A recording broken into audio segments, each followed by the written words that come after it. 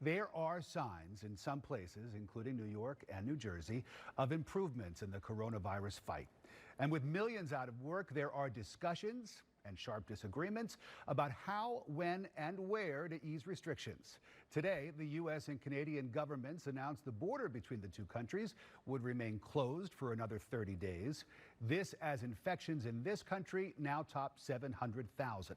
Deaths now nearing 38,000. Danya Bacchus tonight begins our coverage. Here in California, the state is grappling with its highest death toll yet.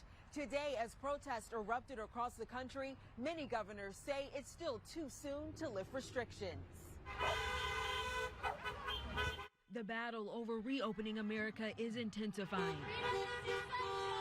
Protesters in several states are defying stay-at-home orders, demanding governors to lift restrictions so they can get back to work. Think of the people. Think of the people that are struggling. In Florida, beaches in the northern part of the state have reopened. Texas Governor Greg Abbott announced plans to relax restrictions on retail stores and parks starting next week. Even more openings will be announced in May, when it is determined that the infection rate continues to decline. The gradual reopening comes with the virus still peaking in some parts of the country.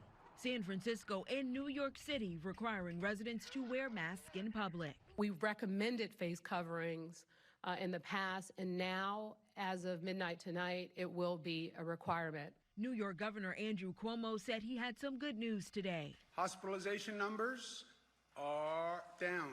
President Trump claims sufficient testing capacity has been built to allow states to reopen, but governors and business leaders say a lot more is needed before that can happen.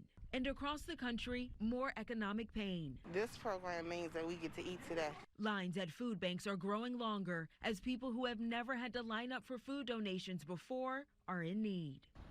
California's governor has put together an advisory committee to assist with economic recovery, especially for small businesses. Rick? Danya, thanks.